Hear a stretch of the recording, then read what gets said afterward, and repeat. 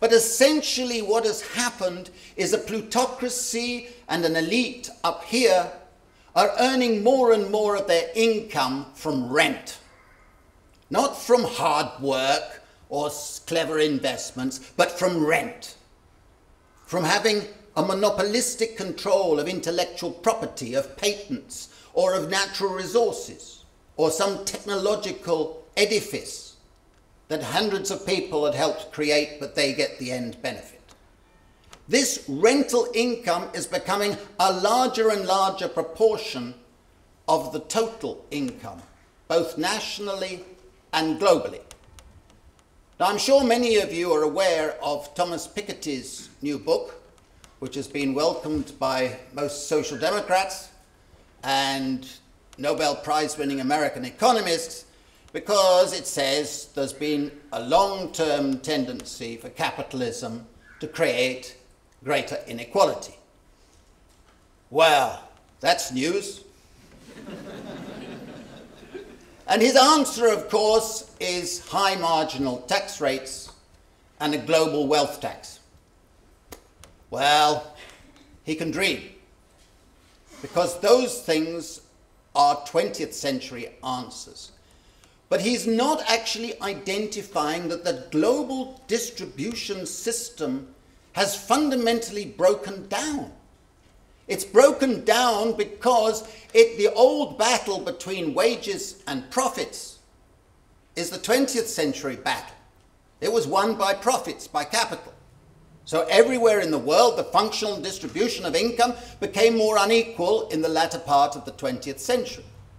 What is new is this vast increase in rental income, which is gained by positional advantage and comes from those things I was talking about. And really, one of the fundamental problems we face today, in Sweden, in any other country, is that the share of wages will continue to decline. Wages in real terms will continue to decline in Sweden, in Britain, and elsewhere. And anybody who thinks otherwise should walk on water, because that is the global downward pressure. And if wages don't drop, those jobs will go to Chindia or whatever, or automation. That doesn't mean we should be pessimistic or defeatist. It means we have to think afresh at how we are going to redistribute income for a good society of the future. Now let me come very briefly to the precariat, because that, to me, is where agency is going to come. That is where the new forward march to a better society is going to be led. You can't have it without some group forming and taking the lead. The precariat is a creature of globalization, and it has three distinctive characteristics.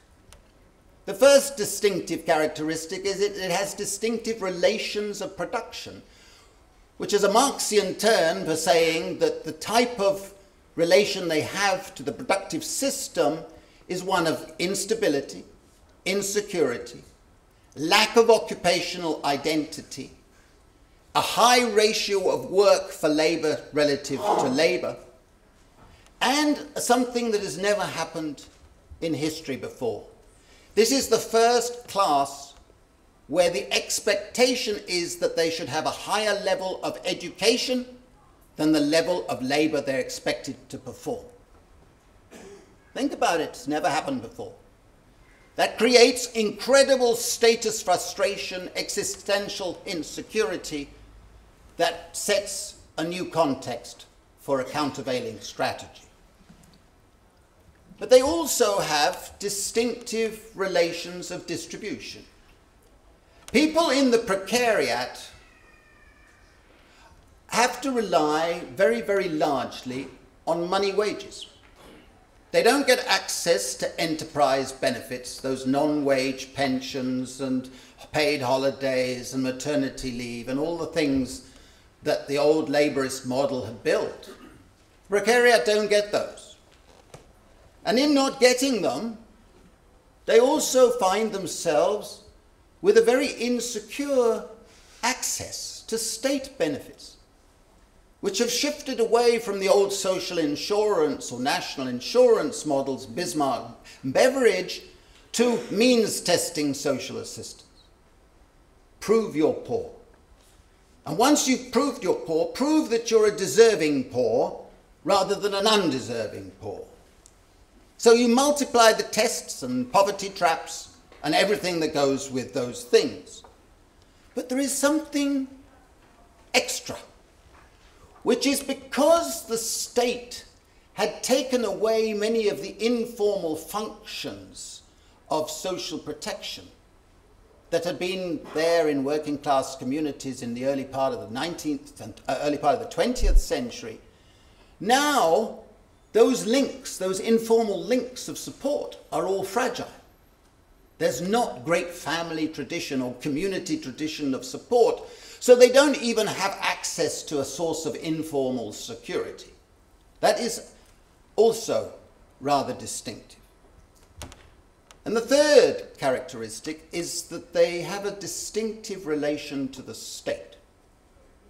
This is the first emerging class in history which is systematically losing rights in their own society. If you are poor, and if you need benefits, you need legal help, try getting it. Face the costs. If you're a person who's unemployed and you need benefits, and you have a bureaucrat sitting opposite, and you aren't deferential enough and obsequious enough and bow your head enough, you're likely to be sanctioned and lose access to benefits. No due process. No due process. Oh, well, you can appeal. Yeah, sure. That sort of thing is happening to millions of people. And it's something that is systematic because we have seen the emergence of a utilitarian politics, a politics of the median voter and the middle class, my middle class, your middle class, whatever. So the minorities don't really matter because they're not part of my formula. And therefore, they take action against minorities, not just migrants or racial minorities, but the people with disabilities, young people, old people, you know, whichever group happens to fit the cap. This is part of the model and why denizens is so relevant. Now, the precariat is at a very interesting stage because these various characteristics affect different groups in the precariat in different ways. The first part, the old working class, have no sense of the past. They get very angry. They're looking for an old model, and therefore they listen to populists and vote for Sweden Democrats or the equivalent. They vote for that type. The middle group, the migrants, the minorities, they keep their heads down because all they can do is survive. But every now and then, just as when I was last in Stockholm, things get too much and days of rage take place. It's the third group that has to be the vanguard of the future. Consists of the young educated and maybe the not so young educated who can understand the situation and are not prepared to be passive. They want to do something about it. And this consciousness of wanting to recover a sense of the future is just beginning to stir, and is why I think some of you are here this evening in a funny sort of way. Because suddenly we are beginning to risk intellectually in thinking maybe we should go in a different direction, maybe we should have something new, maybe we should ask the old questions again in a different context. That surely is where we are today. Now, I want to say that if you're wanting to reflect on where we are and what sort of good society, you need to ask the big questions that include asking how we would reinvent the great trinity: égalité, fraternité, liberté. The great values that have always been part of a new forward march, reinterpreted in a different context. And that is what led me to try and say, okay, clever boy, try and see if you can give your answer to your own question. And why I've written the Precariat Charter. There is no panacea, but we must look to a set of changes that will be emancipatory, will strengthen the rights of everybody, which must be universal, and which build the two vital freedoms. The first vital freedom is basic security. Because without basic security, none of us can be expected to be rational. None of us should be expected to be socially responsible or altruistic. Because people who are chronically insecure are unable to be in control of their emotions. If there's anybody in this room who doesn't have a sense of that, I'm surprised. All of us should, at some stage in life, have had this sense when we feel totally insecure and everything's out of control. And you know very well, if you've been in those circumstances, that you don't behave at your best. Nobody does. You need security in order to function as an individual, as a family member, as a community member, and ultimately as a citizen. And that is so fundamental. The second thing is this, that we cannot just want basic security in the income sense.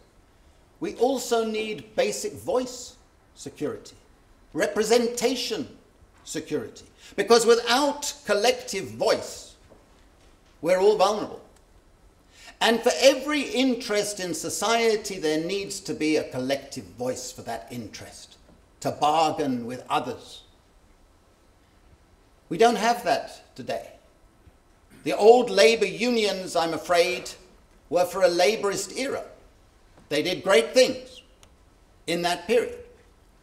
But they've now been an impediment to a new vision of a good society.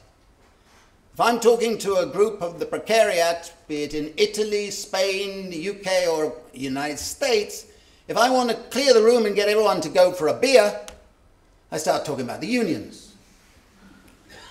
Maybe sad to say that, but that's the reality. They've got to change. But these two things, basic security and basic voice, are equally important. And how to recreate them is the challenge I've tried to meet in the book. But for the rest of the talk, I want to focus on the subject that lured you here this evening, which is basic income. I've been a supporter and advocate of basic income for 28 years, which is a long time. And when we set up Bien, we were a group of young, radical philosophers, economists, sociologists, and everybody who knew about it told us we were mad and bad and dangerous to know. Now I'm not quite sure where we fit, but I've always held a statement from Milton Friedman in the back of my mind. And when we reached our 25th anniversary, I sent to all our members across the world, because we now have thousands and anybody can join. And I mentioned this statement. And I think it's worth citing, if I've got it up here, or if I haven't, I will paraphrase it, which is a statement by Milton Friedman. He said, "Our job is to advocate ideas of the impossible until such time as they become not just possible, but inevitable." And he reckoned that it took about 30 years for an idea to move from that one stage to the last stage. I say to friends today, I think we're on course. I think we're on course because suddenly there is an energy everywhere where people are saying, why not? What is wrong with it? Why should we not think positively about moving in this direction? That is a big change. Last week I had a meeting with the leader of the British Labour Party.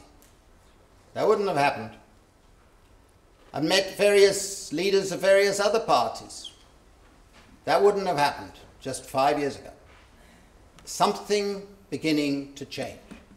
In Spain, from nothing, a party called Podemos came from nothing with a program of basic income, and they got 1.2 million votes in the EU elections, without any money, without any organizational structure. I think it's coming. But let me talk about the principles of a basic income. I was talking down here, I don't want to embarrass her. I asked her, do you know what a basic income is? And she said, no, but that's why I've come. So I ought to define it, even though many of you do know.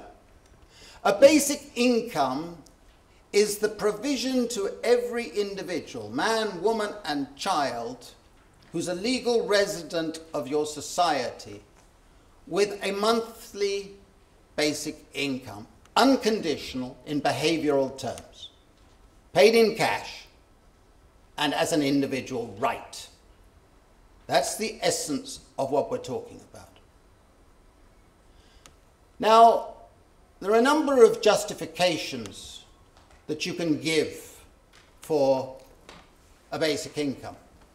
And I genuinely believe that those of us proposing it should propose it for ethical reasons first and foremost. There are instrumental reasons, and I'll mention them in a moment, but the essence is ethical. And the ethical reasons start by saying, not only does everybody have a right to basic security in which to develop their capabilities and live their idea of a good life, but you have to think back and start by realizing that the wealth of any of us, the wealth and income and your lifestyle of any of us, is far more due to the efforts of our forebears, going back over the hundreds of years, than anything you or I do. Don't kid yourself otherwise. Even Bill Gates, as they say, he made a pebble of a contribution to a Gibraltar of technology. He got the winners. But we all owe it to ourselves to realize that we don't know whose forebears created the wealth that you and I enjoy. Could be your forebears or my forebears or hers. And therefore, in a sense, we can say that behind a veil of ignorance, we should accept that there should be a social dividend paid from the wealth created by our forebears, that we should all share as an entitlement, as a basic right of living in Sweden or wherever. That is the first principle. But there are also a number of other justice principles which I discuss in the book that I'll come to in a moment. I apologize to Annika and a few others for repeating this following story because she's heard it before.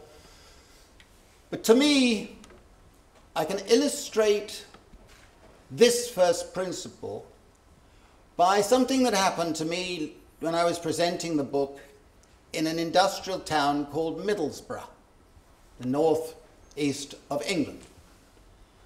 Middlesbrough was a village in the 1820s, and then they discovered ore, iron ore. And within 15 years, Middlesbrough and the Teesside area around it became the hub, the centre of the Industrial Revolution and the British Empire. If you go to Sydney in Australia, Sydney Harbour Bridge was built with the iron ore and steel from Middlesbrough. If you go to San Francisco, the Golden Gate Bridge was built with the iron ore and steel by those workers in Middlesbrough. If you go to India, the railway system was built with the iron ore and steel from Middlesbrough. Today, if you go to Middlesbrough, you see a place in ruins, 140,000 people wallowing in poverty and insecurity, houses bricked up in their windows, weeds growing in the garden, fat people walking around with little to do, impoverished and hopeless. If you go to the south of England, you find the old Etonians, the Oxbridge types, who benefited from the wealth created by those workers in Middlesbrough and are living life of fabulous luxury. I say to you, wouldn't it be fairer if there was a social dividend type of system where just part of the income was redistributed to give those people basic security in which to develop their lives? I think that example could be repeated in Sweden. It could be repeated in every country. For me, I'm still seeing those people I met and talked with in Middlesbrough. But there are other ethical reasons for supporting a basic income. Somewhat more instrumental, but still ethical. I'm sure all of you are familiar with John Rawls' theory of justice, a liberal. And one of his principles was the difference principle. The way I interpret it is called the security difference principle. A policy or institutional change is only socially just if it improves the security of the least secure groups in society.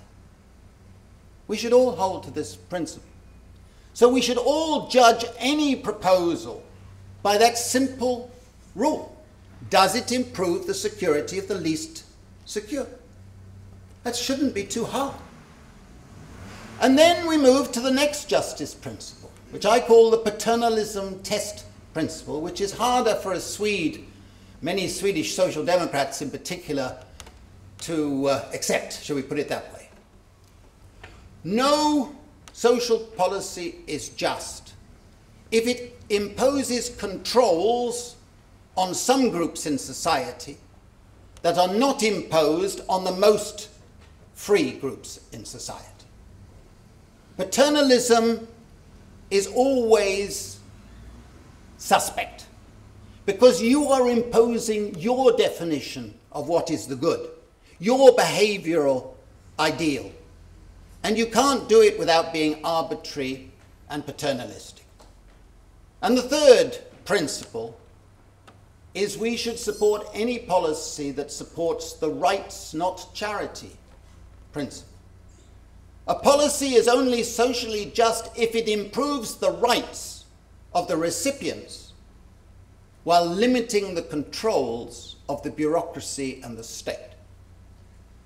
That's very important, and it's a fundamental reason for supporting a basic income, because it meets all those three principles. You can argue that, you can look at the evidence, but I think it's pretty strong. Now, there are instrumental reasons. Unlike tax credits or means-tested benefits, this is an emancipatory policy. It gives people the greater capacity to choose what activities they follow, whether it be labor, work, leisure, or play. It gives them that more freedom. But contrary to the middle-class objections that if you gave people a basic income, people would become lazy, sit around, do nothing. All the psychological research that I've seen and cite shows that people who have basic security actually work more, not less. And in working, they're more productive, not less. This is a fundamental human truth that we want to improve our human condition. A small basic income is not going to be sufficient for me to laze around and do nothing. And if 2 or 3% of the population did, it's much less costly leaving them to be like that than to spend a vast amount on administrative structures chasing them up and trying to reform them and punish them in the process. That argument from the neoliberals and from the middle classes is disingenuous, to put it mildly. Now, I think a basic income should have 3 components. It should have a basic amount fixed, which should be subject to change depending on economic growth. So if per capita income rises, then the amount goes up. If it goes down, then the amount would go down, right? The second component should be what I call a stabilization component. In other words, it would be almost the equivalent of the automatic stabilizers in the old Keynesian Meidner-Rein model, because it would tend to go up in a recession and go down as a boom approached. So it would be a counter-cyclical instrument. And the third would be special needs supplements for people who've got special needs at a special time of life, or with impairments or whatever might be the case. So you have a complex anchor to your social protection system. It's not going to replace all the other forms of social protection, but it's giving you a base on which your society could reinvent the future. And of course, you would have to have an independent basic income committee that would be outside the political process, so that they didn't fiddle with the amounts when an election is approaching. Now, there are various ways of paying for it. The affordability argument is another disingenuous argument. Every country, I think this is correct, someone may correct me, but every country that I know spends at least 5%, and often much more than 5% of their national income on subsidies that go predominantly to corporations, to capital, and the middle classes. If you converted just half of those subsidies into paying for a basic income, you could do it. But I also believe we need to see the establishment of capital wealth funds along the Alaska Permanent Fund model, or along the Norwegian fund model, or a number of other models that are taking shape, in which the proceeds of rental income from those patents and all those things that are giving people rental income, part of those proceeds would go into this fund. You will remember Rudolf Meidner had a wage earner fund. I thought it was too laborist. This should be for everybody. And I think it's quite feasible, because you can imagine very easily governments forming such a capital fund and building it up, because they've done it. There are now 60 countries that have capital wealth funds. The trouble is they are not subject to democratic governance. And that is another reason why the precariat has to lead the fight for representation, in order to be demanding that all voices in society are included. The last few points are very emotional to me, because I believe that a basic income would be ecologically emancipatory. It would encourage us all to do forms of work that reproduce resources, that preserve resources, rather than the labour that depletes resources, and that is always justifiable in jobs. There are many other forms of work that are not jobs, and we need to respect that in every way we think about the future. And I'll end by saying, well, this is what we observed in our basic income pilots in India. And something I've gradually learned to articulate is that when you give a basic income to people who are suffering from a scarcity of their key resources, the emancipatory value of the basic income is greater than the monetary value. It's a very provocative way of thinking about it. But we've seen it in these Indian villages because in getting control of their time, in getting a sense of security that oriented them to thinking longer term rather than short term, they started to take entrepreneurial actions that they weren't taking before. And in many cases, they used their scarce resource called money in order to pay down their debts, and in a number of cases, to escape from bonded labour. They bought their freedom. Not every society is India, but what we've saw is that people who are poor and insecure are not stupid. They're poor and insecure. And when they have the opportunity, just a small opportunity, they take it. And I think every one of you and me, we do precisely the same. Thank you very much.